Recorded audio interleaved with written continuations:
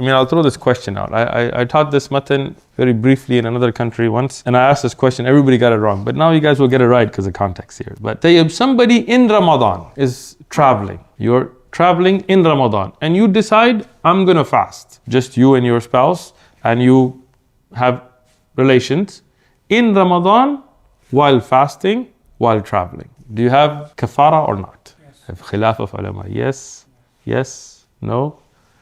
Anybody else? No? Yes, no. Yes? Man, mashallah. We're almost evenly split.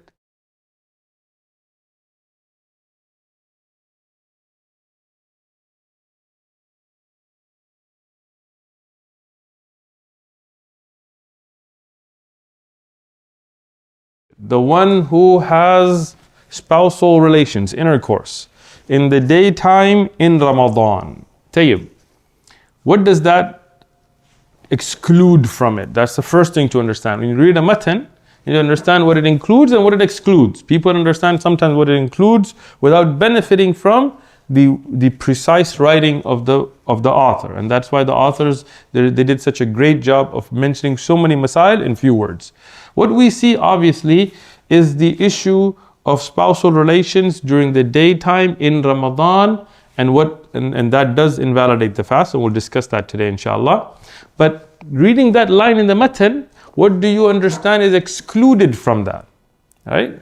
Is other than jima'. And if somebody maybe has fondling or hugging or kissing, and those things are not included in this hukam that we're going to discuss. طيب?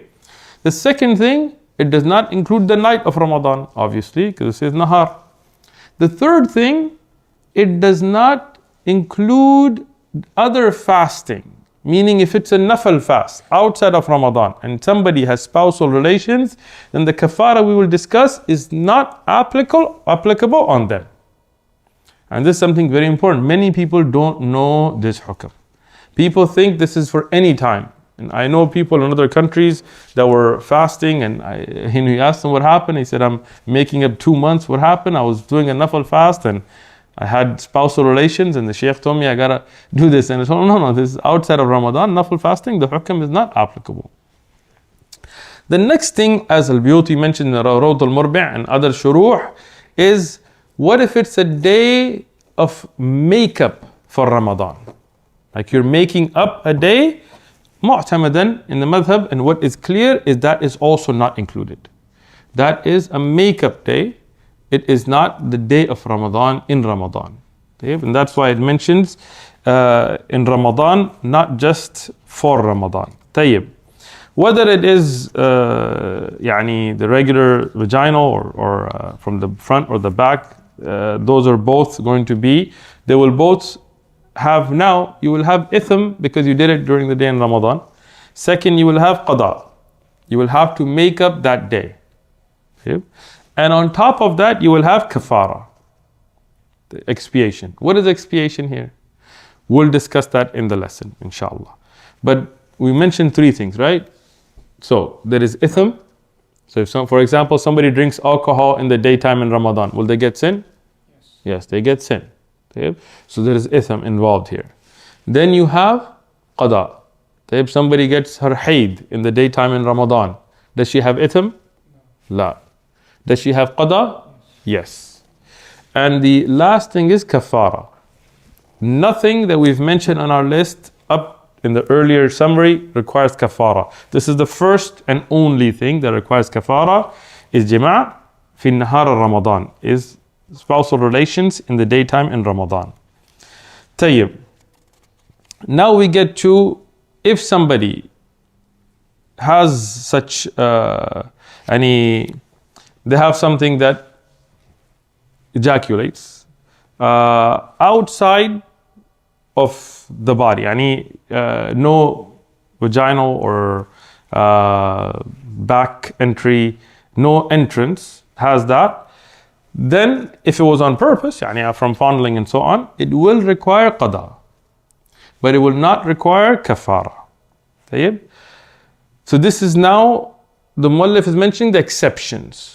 This is one. Secondly, another person who would not require kaffarah, although they will have qada, is going to be for the woman who's forced, like the husband, force.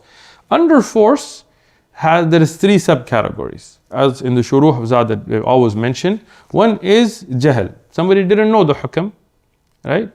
Now, will that apply to the man as well or not? There is khilaf ulama. But at least for the woman, jahl is an excuse. She didn't know, and the husband coerced her into it. So she will have qada, but not kafara. But if she was willing and she knew, then she will also have the 2 months. Men and women are the same.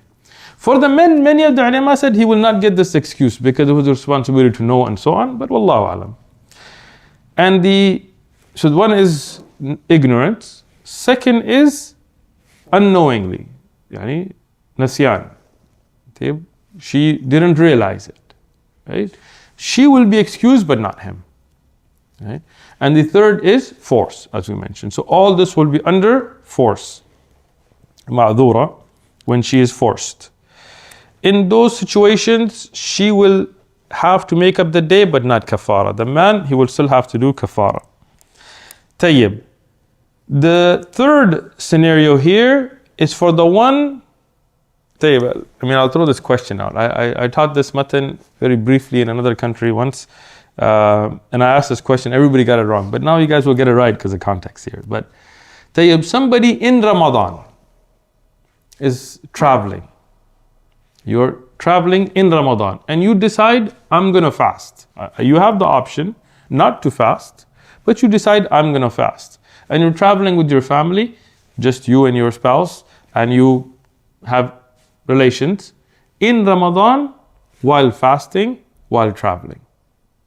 Do you have kafara or not?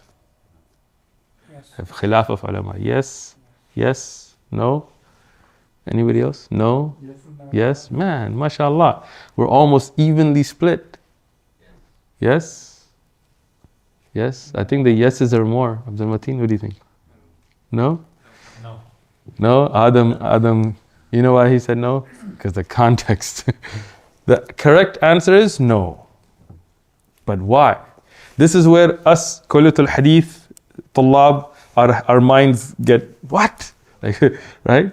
But this is where and again, I'm including myself in those Kullatul Hadith. My graduation is also from Kullatul Hadith. But the Usul al-Fiqh guys will get it. Tayyib.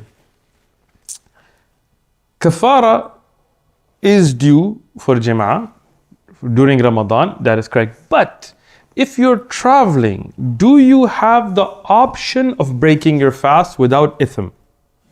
Yes. Right? When you're traveling, Allah subhanahu wa ta'ala in the Quran has given you a rukhsa that you can break the fast without sin. Tayyib, how can you break your fast? Eating, drinking, jama'ah. Is there any mana on it? No. All those methods are open to you to utilize to break your fast because you have the excuse, the rukhsa, the concession given by Allah subhanahu wa ta'ala. So if somebody utilizes jama'ah as the method to break the fast, there is no sin on them because they had that and they have no kafara. Will they have qada? Yes.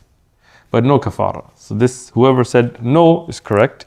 And this is very interesting. Like I said, I was teaching this shortly in another country and all the brothers were tullab ilm, mashallah already, but they wanted to study Zad. So we were going over this and I asked this question, everybody got it wrong. You guys, mashallah, at least you 50-50'd it almost, right?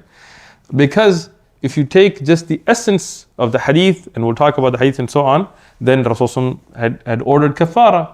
But the usul, which we sometimes just looking at the hadith don't understand, is that does the person have an option without ithm, without to break the fast? Yes, no doubt.